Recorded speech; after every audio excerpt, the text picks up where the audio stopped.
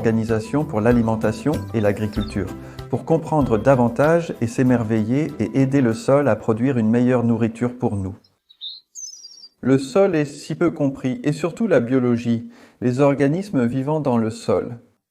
Mon travail consiste à travailler davantage avec eux en les laissant en fait seuls, en les nourrissant sans creuser, en paillant sur le dessus. Et nous avons pensé que pour célébrer la journée, ce serait génial de se réunir avec quelqu'un dans une autre partie du monde et voir comment cette approche peut fonctionner dans 2 climats différents. Nous avons donc organisé un appel Zoom avec Kevin d'Epic Gardening à San Diego, en Californie, un climat très sec, et l'avons comparé au sien. Nous allons tous les deux faire un lit sans creuser, alors voyons comment nous nous en sommes sortis en discutant. Salut Charles. Salut Kevin, bonjour, ravi de te voir. Content de te revoir. Cela fait presque 1 an que je suis venu chez toi. C'est vrai, presque 1 an, jour pour jour. Et il fait presque aussi sombre ici maintenant. C'est comme, eh bien non, c'est en fait l'après-midi ici, aujourd'hui le 20e novembre, et il fait sombre vers 4h30. Ouais, je peux voir les bacs à compost là-bas. Je peux voir la serre. Les choses ont l'air plutôt bien. Super, ouais. C'est une belle opportunité de se retrouver et de faire quelque chose ensemble, non? En effet, beaucoup de choses ont changé pour moi depuis. Je veux dire, je sais que la dernière fois que j'étais là, je vous disais que je cultivais dans une petite cour avant et dans des carrés surélevés. Et maintenant, je suis assis ici. Vous ne pouvez pas le voir, mais je cultive maintenant sur presque 1/3 d'acre de terrain maintenant. Je ne cultive pas dessus parce que le terrain a besoin de beaucoup de travail et je pense que c'est ce dont nous parlons aujourd'hui. Oui, super. Eh bien, c'est fascinant pour moi parce que vous êtes aussi dans un climat si différent, un sol si différent, et nous utiliserons des méthodes similaires, mais avec certains des matériaux peut-être légèrement différents. Et c'est ce que nous montrerons aux téléspectateurs dans cette vidéo. Oui, oui, ça, je pense que ce qui m'intrigue, et je pense que beaucoup de mes téléspectateurs seraient là curieux de savoir si votre style peut fonctionner partout. Et il n'y a pas un climat très différent de San Diego par rapport au Royaume-Uni, n'est-ce pas? Et donc, je suis curieux de voir si ça va marcher. D'accord, donc Votre sol, vous dites qu'il est assez dur, n'est-ce pas? Il est assez dur. J'ai effectué un test de sol simple où vous mettez beaucoup de terre dans un bocal Mason, le secouez et le laissez reposer. Et en ce qui concerne les couches, je veux dire, il semble être presque entièrement composé de particules d'argile. Très peu de limon, pas beaucoup de sable, donc c'est assez dur. Il n'a pas été cultivé depuis très longtemps. Je pense que la région elle-même était un verger d'oliviers il y a des dizaines d'années. D'accord, pour autant que je sache, il a juste été en jachère. L'herbe était clairsemée avant mon arrivée ici, et vous dites qu'il a à peine plu depuis mars, donc c'est très sec, n'est-ce pas? Ouais. La première pluie que nous avons eue depuis le printemps était peut-être il y a 2 semaines. Je dirais donc pas beaucoup de pluie ici. C'est ainsi? c'est différent, mais ça me semble, même si c'est difficile, pas nécessairement compact. Le mot compact, je pense que c'est un peu trop utilisé. Donc ça pourrait être que vous l'arrosez abondamment, et bien que ce soit de l'argile, il est probablement pauvre en matière organique parce qu'il n'a pas beaucoup poussé dedans et qu'il n'a rien ajouté. Mais juste, En ajoutant de la matière organique sur le dessus, j'ai le sentiment que les choses vont s'améliorer. Et en maintenant l'humidité de la manière qui vous est possible, cela permettra à cette argile de prendre vie.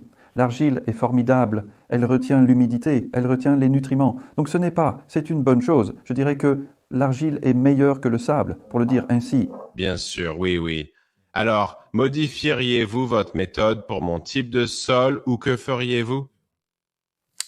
Je ne modifierai pas la méthode, je modifierai les matériaux en fonction de ce qui est disponible. Et vous savez, je parle beaucoup de compost et je l'utilise. Si vous pouviez acheter du compost, je le recommanderais toujours dans votre situation et les résultats varieront.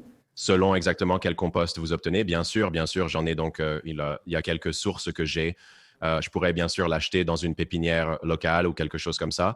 Il y a la décharge qui est en quelque sorte la décharge centrale pour San Diego, fait un assez bon travail de compostage et il l'offre gratuitement si vous allez le chercher. Et j'ai un ami qui dirige un jardin maraîcher et Elle fait du compostage? copeaux de bois pour réhabiliter son sol qui est presque exactement le même que mon sol. Et donc c'était mon premier pari, serait d'opter pour le compost gratuit qui semble être assez bon pour quelqu'un ici. Idéalement, ce que j'aurais fait, disons pour quelque chose que nous allons faire maintenant, serait de l'avoir fait livrer il y a 3 mois et qu'il finisse de se décomposer dans son tas. Et ensuite vous l'utilisez Et c'est beaucoup plus facile d'obtenir de bons résultats de cette façon. Et quand vous dites qu'il est fin, vous savez quand il est encore fumant et chaud et que vous remplissez un lit avec, il peut se transformer en une masse assez dense et alors c'est difficile d'y mettre de l'eau. Oui, j'ai testé ça dans l'un des carrés surélevés. J'ai utilisé ce compost exact. J'ai en fait mélangé avec un peu de terreau supplémentaire que j'avais pour l'alléger un peu et il s'est encore beaucoup compacté et il compostait encore sur place. Et donc, je ne pense pas qu'il pourrait être utilisé seul. Non, alors quels autres matériaux? Avez-vous donc... J'ai un tas de copeaux de bois. J'ai d'autres sources de compost que je peux exploiter, que je pense être plus bien pourries et compostées. Ce sont là mes principaux choix, en quelque sorte. Savez-vous, je pense que pour ce lit que nous allons faire ensemble, pour ainsi dire, je recommanderais d'utiliser vos autres sources de compost, vous savez, qui sont prêtes. Mais je prendrais quand même livraison de, et ce serait fascinant pour les gens de le voir être livré et tout fumé. Vous savez, certains de ce compost municipal ou comment vous l'appelez. Pour une utilisation future et un bon service au printemps prochain, vous pourriez préparer de nombreux nouveaux lits. Oui, je pense que ce qui va être agréable, c'est qu'au cours de peut-être quelques fois par semaine, je peux toujours simplement y monter parce que c'est gratuit si vous vivez à San Diego et donc je peux simplement transporter des camions de cela et le stocker pendant l'hiver, vous savez. Oui, en termes de taille de lit aussi. Je veux dire, je ne sais pas, 8 pieds sur 4 où vous êtes plus grand. Cela pourrait être de n'importe quelle taille, vraiment 8 par 4. Ce que j'aime, c'est peut-être d'en faire un de la taille du petit jardin à côté de la remise où tu avais le pêcher. Quelque chose comme ça serait plutôt intéressant. Ouais, c'est environ 4 par 8 pieds de bois, bien sûr. Et c'est en fait incroyable combien vous pouvez cultiver dans un lit de cette taille, pas énorme, et cela pourrait avoir besoin d'une demi-tonne pour un lit de cette taille. D'accord. Ouais, je peux obtenir ça. Cool, bien. C'est un peu comme commencer. Et devrions-nous organiser un peu de plantation pour vous, comme vous allez éclater et de l'ail? Ah ouais, alors qu'en pensez-vous si disons que vous étiez moi et que c'était votre terre? Envisageriez-vous une culture de couverture la première fois ou essaieriez-vous de planter quelque chose que vous pourriez récolter? Non, je choisirais des légumes, vous savez, pour tout ce temps et ces dépenses. Dans votre climat, faire une culture de couverture n'est pas nécessaire. Si vous n'êtes pas en train de cultiver, essayez d'en faire une requiert de l'humidité, ce qui serait une manière coûteuse d'ajouter de la fertilité. Ouais. Mais je les semé et arrosé et blablabla. Donc je vais juste laisser les lits jusqu'à ce que vous soyez prêts à partir. Et aussi avec ce compost bon marché que vous pouvez obtenir. En gros, c'est juste un coût de transport. Attendez simplement jusqu'à ce que vous soyez prêts à partir au printemps ou dans votre cas, fin, hiver, presque maintenant. Ouais, vous pouvez nous vendre n'importe quoi. Remplissez-les comme vous en avez besoin vraiment. Et puis continuez. D'accord, c'est comme ça que je le fais. Parfait. Donc sûr que c'était fantastique de discuter avec toi. C'est tellement agréable de se reconnecter et j'attends avec impatience ton travail. Ouais. Je suis excité. Je suis excité, j'ai beaucoup de travail à faire dans les 10 prochains jours. Je vais m'y mettre et on se reverra dans 10 jours pour comparer les lits. J'ai hâte de voir ça. À bientôt. Au revoir.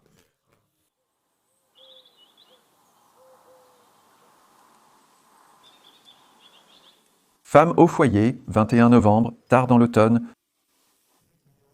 Et nous allons faire un nouveau lit ici, d'environ 4 par 8 pieds. Vous verrez le processus et il va être à moitié sur l'herbe tondue. Nous tondons depuis environ 8 ans. Voici à quoi cela ressemblait avant avec les ménagères. Alors il y a ici des mauvaises herbes vivaces, comme les chardons et les orties, et un peu de chien-dent, des boutons d'or, des pissenlits, 1 ou 2 rumex. Il sera donc intéressant de comparer comment tout cela se déroule et un peu de déchets à enlever. Il y aura des côtés en bois temporaires. Et je vous retrouverai ici dans environ 10 jours et nous pourrons comparer cela avec ce que Kevin a fait à San Diego, Californie, son déneigement Là-bas.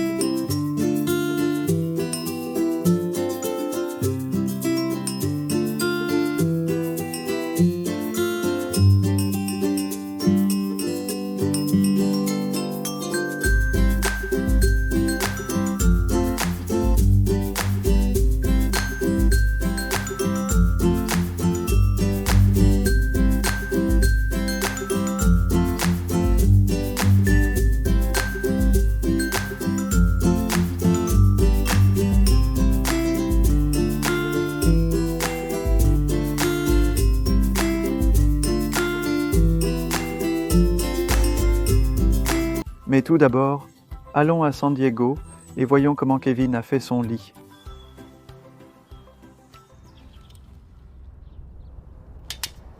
D'accord, donc nous allons aller d'ici à là et nous mesurerons ensuite les 8 pieds. Juste à peu près là.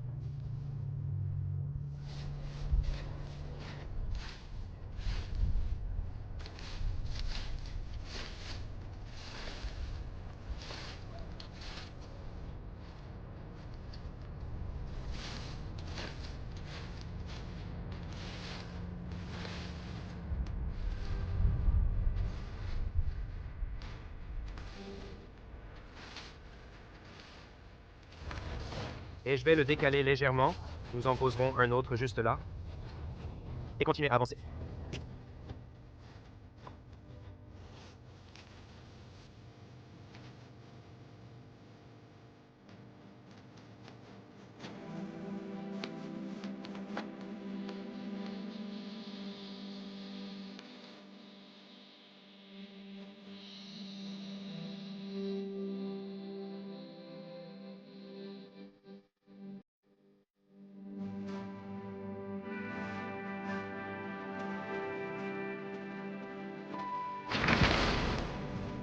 C'est parce que nous voulons voir une belle maison riche.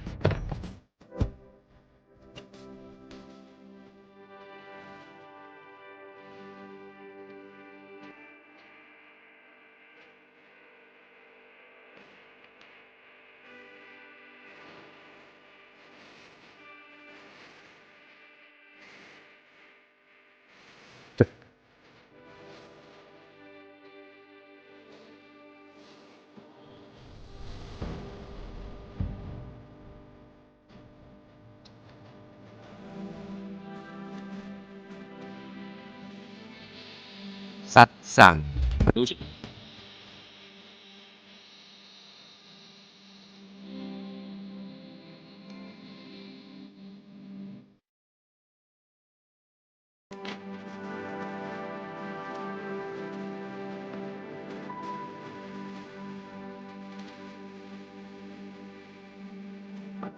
Merci.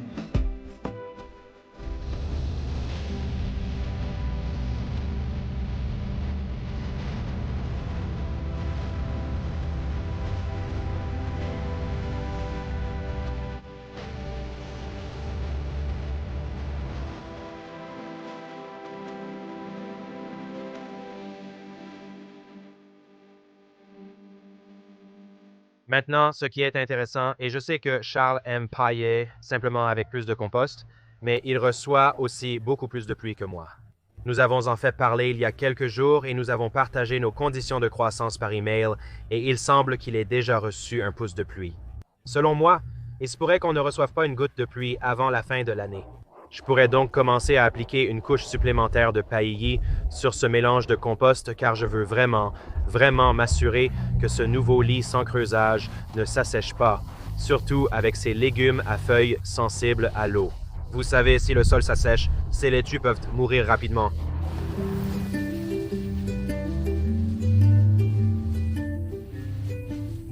Salut Kevin. Ravi de te revoir. Ouais, toi aussi, il fait sombre là-bas. Ouais, et cela fait 12 jours que nous avons parlé, nous sommes le 2e décembre aujourd'hui, et nous avons tous les deux... Été occupé, n'est-ce pas? Exactement. Ouais, on dirait que tu l'as été. J'ai certainement été occupé aussi. J'espère. Je suis curieux de voir, tu sais, inquiet à propos de la pelouse de Bermude. Et puis j'ai suivi ton conseil où au lieu de le scier et de le creuser du sol dans cette zone et ensuite de poser le carton, j'ai décidé de faire comme toi il semble et juste de le poser et de l'étouffer au lieu d'essayer de le couper. Donc c'était une des premières choses que j'ai faites. Et j'ai vu que tu creusais ton note, tu mettais ton nouveau lit dans une sorte de section latérale du jardin, n'est-ce pas?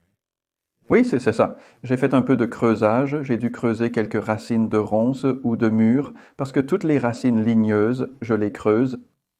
Oui, mais sans mauvaise herbe, d'accord? Oui, et j'ai fait courir mon carton autour du bord du lit. je ne suis pas sûr de vous l'avoir mentionné. Pour votre gazon de Bermude, Ouais, il y a- je pense que j'ai fait un lit de 4 pieds sur 8 pieds et j'ai juste fait le carton exactement dans ces dimensions. Et puis, j'ai décidé de pailler en plus autour des bords. Et donc, je pense que j'ai déjà remarqué ce qui va probablement finir par se passer, c'est que le Bermuda rampera par-dessous et puis s'enroulera et passera à travers. tu sais, il se pourrait en fait que tu puisses encore glisser du carton sous ce paillis que tu as autour du bord, et ça pourrait valoir la peine de faire ça. Ne peux pas donner. Cette herbe, un pouce. Le ferais-tu simplement l'emballer? Tu ne l'emballerais pas du tout? Ou le ferais-tu? Non, non, je pense que c'est mieux. En fait, ça ne fait pas beaucoup de différence. D'accord. D'accord, simplement. Pour le faire courir le long, donc c'est complètement en dessous du... Oui, je peux dégager le chemin en enlevant le paillis et en mettant peut-être un autre pied ou quelque chose de similaire à l'extérieur. Laisse-moi voir pour, ouais, bon, pour 46 centimètres. Ouais, oh, juste pour lui donner un peu plus de dégagement. Donc, si les mauvaises herbes poussent, elles poussent à un demi-mètre à l'extérieur du lit. Ouais. C'est ça, ouais, moi, ça a du sens. Ouais. Je pense qu'une chose que j'ai faite, encore une fois, c'est une méthode différente de la tienne. C'est que j'ai opté pour un paillis de paille sur le dessus du lit parce que pour moi, j'étais vraiment inquiet. Je sais qu'on a parlé par email et tu avais déjà presque un pouce de pluie. Et je ne pense pas qu'il y ait une chance qu'on en ait même un pouce avant la fin de l'année, on verra. Et donc, j'ai décidé de mettre à la place de plus en plus de compost. J'ai opté pour un paillis de paille de couleur claire pour voir si ça aiderait à le garder un peu plus. Je ne sais pas ce que tu en penses. Je pense que c'est très sage et fascinant. En cours, nous devons échanger des notes à ce sujet et voir leur évolution. Ouais, donc je suis curieux. Qu'est-ce que je devrais attendre au cours de la prochaine, disons, année, alors que je laisse ce carton dans ce lit en place? À quelle vitesse ce carton disparaîtra-t-il? À quelle vitesse verrai-je ce sol d'argile dur commencer à s'améliorer avec le temps? Le carton, s'il reste humide, ce que j'espère, car vous continuerez simplement à arroser un peu vos plantes, au moins, et vous l'avez bien mouillé avant de le mettre. Carton. Donc, ce que j'ai fait, et peut-être que j'ai fait une autre erreur. Alors, ce que j'ai fait est que j'ai posé le carton. J'ai fait une double couche encore parce que j'avais peur de... Le Bermuda. Et puis, pendant un moment, pendant un jour ou deux, j'ai simplement beaucoup mouillé le compost que j'ai mis dessus et il était déjà humide. Et donc, je pense que l'idée était juste qu'il s'écoule. Ce sera bien, alors oui, ça le sera. Oui, donc en gros, le tampon carpien, je ne lui donnerai pas beaucoup plus que 2 mois et demi, voire 10 semaines, 12 avant que le temps ne s'adoucisse et que l'herbe ne commence à pousser. Et ensuite, vous arracherez, mais avec certaines herbes de Bermude, j'ai eu des gens sur les commentaires YouTube qui disent qu'ils s'en sont débarrassés en les arrachant à plusieurs reprises, mais ça ne se produit pas simplement, et ce que nous appelons herbe de crabe ou herbe de couche, ici c'est la même histoire, mais je pense que la vôtre est plus vigoureuse. Donc vous devez juste persévérer. C'est comme si vous l'aviez oublié. J'ai entendu la même chose. J'ai entendu dire que, vous savez, pour m'en débarrasser complètement peut-être sur toute ma propriété, serait une fantaisie. Mais pour certaines zones, si vous le découragez continuellement en tirant et en étouffant, finalement, il abandonne juste cette zone et a tendance à aller ailleurs. Je veux dire, je regarderais même en fait à étendre encore plus ce carton, ou si vous avez 2 ou 3 lits ensemble là, Vous donne un... une sorte de zone plus facile vraiment, parce que si vous n'avez qu'un lit, vous avez beaucoup de périmètres où il peut entrer. Et donc n'importe quelle zone que vous créez, je la garderai plus ou moins carrée afin que cela réduise le bord. Vous savez, c'est le problème. Oui, je veux dire, je pense que l'arrière-cour de mon terrain, qui est tout en mauvaise herbe pour l'instant, j'aimerais qu'elle soit un peu un jardin maraîcher sans creuser. Et ensuite, vous avez raison à ce moment-là, si les rangées sont juste à côté les unes des autres, alors c'est beaucoup plus facile de simplement cartonner le périmètre et c'est très efficace. Oui, foncez. Et pendant ce temps, vos plantes vont pousser. Donc vous savez, c'est la belle chose à propos de la nouvelle méthode, sans creuser avec du compost. Il ne s'agit pas seulement de désherber les mauvaises herbes pérennes. De belles récoltes vous attendent, j'en suis convaincu. Quelque chose bientôt? Oui, je sais. Vous avez tout à fait raison. Oui. À quelle fréquence semez-vous une sorte de culture de couverture sur le dessus? Nous en parlons pour la Journée mondiale du sol. Cultivez-vous souvent en hiver ou poursuivez-vous les cultures? Non pas avec nos hivers, parce que vous savez, comme maintenant nos températures de jour sont basses, quarantaine, en moyenne, et rien ne pousse beaucoup, donc... Oui. C'est un gaspillage de graines, en gros. Donc, une culture de couverture à cette époque de l'année. Et je pense que vous êtes juste mieux avec le paillis de compost. En gros, le paillis et la couverture, c'est comme ça que je le vois. Et puis, c'est prêt à tout moment parce que l'autre chose avec les climats humides, c'est que si vous avez une culture de couverture qui peut accumuler des limaces et, vous savez, des nuisibles qui se cachent là-dedans. Donc, ce n'est pas tout rose avec les cultures de couverture et il Besoin d'être prudent. C'est intéressant parce que vous savez, je suis sûr que vous recevez probablement beaucoup de questions sur les limaces et les escargots et je reçois aussi beaucoup de questions, mais ce n'est juste pas un nuisible avec lequel je dois jamais faire face parce que ce n'est jamais assez humide pour qu'il prospère vraiment. Oui, bien, je veux dire, Ruth Stout, que j'ai d'abord suivi avec mon tout premier jardin, sans creuser, il y a toutes ces décennies. Vous savez, elle n'a pas mentionné les limaces non plus. Elle était en Kinetica et apparemment, Non pas. de limaces non plus. Alors, Oui, je veux dire, mais pour moi, les plus gros problèmes sont les nuisibles volants qui peuvent venir pondre leurs œufs et se multiplier. Et c'est une raison pour laquelle je pourrais couvrir, surtout que j'ai planté des brassicacées là-dedans. Donc, la teigne du chou va être assez mauvaise. oui, certainement. Tu veux? Veux-tu le maillage? Peux-tu l'obtenir? Ouais. Ces couvertures brillantes pour repousser les insectes. Ah ouais, exactement ça. Pour moi, je n'ai pas besoin d'augmenter les températures. Et donc, la chose la plus mince que je peux faire, qui laisse passer le plus de lumière, qui bloque juste les nuisibles, est parfaite. Ouais, je suis excité. Je veux dire, comme je l'ai dit dans la vidéo, c'est mon premier vrai lit sans creuser. Et je suppose maintenant que nous avons discuté, il y a quelques ajustements que je ferai encore à l'avenir. J'aime la façon dont tu l'as fait, où tu as formé le lit avec le bois. Je ne l'ai pas fait de cette façon. J'ai formé ça juste à la main. Je pense que c'est bien, car tu pourrais le compacter de manière plus intelligente. Je vais faire ça la prochaine fois. Ouais, ça définit le bord, mais encore une fois, je pense que c'est génial pour les spectateurs. Ils voient de façon différente. Et tu sais, c'est là, il n'y a pas de règle si tu veux. Mais tant que tu comprends les principes, c'est ça, tu peux ajuster. Sûr, je veux dire. Je pense que c'est toujours, pour moi, ça a toujours été à propos de, moins sur comment enseigner à quelqu'un, comment faire pousser une tomate ou comment jardiner, mais plus sur comment penser comme quelqu'un qui est un jardinier, n'est-ce pas? Parce qu'à ce moment-là, tout le monde peut résoudre ses propres problèmes. Ouais, totalement. Ouais, bien, ouais. Eh bien, je suis excité et tu sais, reconnaissant de participer à cela avec toi, excité et une sortie très opportune lors de la Journée mondiale du sol. Ouais, moi aussi, Kevin. Et je ne pourrais pas être plus d'accord et bien jouer l'organisation de l'alimentation et de l'agriculture pour nous stimuler à faire cela en ayant leur journée du sol, alors que ce soit bien. Ouais, Entendu, on restera en contact. J'espère qu'on pourra comparer nos notes ce printemps. Merci beaucoup, Charles. ok, ça, au revoir. Plus. Alors, c'était tellement intéressant de parler avec Kevin et d'échanger des notes. Et clairement, son lit est tellement différent de celui-ci à bien des égards. Tout d'abord dans la plantation. Je veux dire, on peut voir que ces plantes sont un peu plus grandes et plus luxuriantes, et la façon dont il a paillé le lit parce qu'il ne pleut presque pas là-bas. Alors qu'ici, il pleut pendant que je parle. Il a plu toute la matinée, il fait très sombre. Il n'y a pas grand-chose qui pousse à cette période de l'année. Nous avons tout de même pris le risque et planté quelques plantes.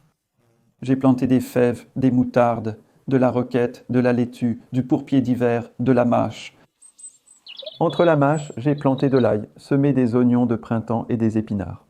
Toutes ces plantes sont très résistantes au froid et peuvent tolérer ces conditions. Ils ne vont pas vraiment pousser beaucoup à cette période de l'année, mais ils feront probablement quelque chose au printemps. Si je dois les protéger davantage, j'ai ces arceaux, qui sont en fait juste un morceau de métal, mais que vous pouvez insérer des deux côtés du lit comme ça. Et puis probablement un filet pour oiseaux. L'autre matin, j'étais aussi horrifié. Eh bien, Edward a dit que le cerf était ici et nous avons des animaux autour. Donc, avec n'importe quel lit que vous faites et plantez, vous devez vérifier quelle est la situation des parasites. En regardant le lit avec des côtés que vous pouvez voir, ce n'est pas obligatoire d'avoir des côtés sur un lit. Jetez un œil à ma vidéo « Commencer sans creuser » où vous me voyez faire un lit sans côté. L'avantage des côtés peut être particulièrement si vous avez des mauvaises herbes vivaces, vigoureuses, et je serais fasciné de voir comment le lit de Kevin se passe de ce point de vue avec cette herbe rampante. Nous en avons un peu de l'autre côté et j'ajouterai une couche de carton en plus. Ce que je pensais être intéressant pour terminer cette vidéo est de jeter un œil à ce qu'il y a ici si je retire ce côté. Donc ce côté est temporaire. Vous pouvez voir que tout ce qui le retient à la base, ce sont ces pierres. Il n'est pas vissé au coin ou quoi que ce soit. Et c'est juste pour... C'est un ancien pour donner forme, voilà, au compost. Et c'est à quoi ça ressemble pour le moment. Donc si je l'enlève maintenant, tout cela va plutôt s'effondrer. Et évidemment, ce ne sera pas si bon pour ces plantes, mais c'est plutôt à long terme. Mon objectif à court terme est de garder ce carton. Sans compost, c'est juste un paillis de carton que je peux remplir jusqu'à ce que les mauvaises herbes pérennes ici meurent. Et ça le maintient tout ensemble jusqu'à ce qu'il se stabilise. Ça va se stabiliser. Ce compost va continuer à se décomposer et l'année prochaine, à la même période, il aura probablement réduit de moitié en hauteur, ce qui sera parfait. Ce sera plus un côté en monticule, donc ces côtés vont se détacher, mais pas encore. Probablement en avril. Et j'espère que vous avez apprécié. Ah, regardez tout ce processus en comparaison, et nous avons hâte de travailler un peu plus avec Kevin à l'avenir.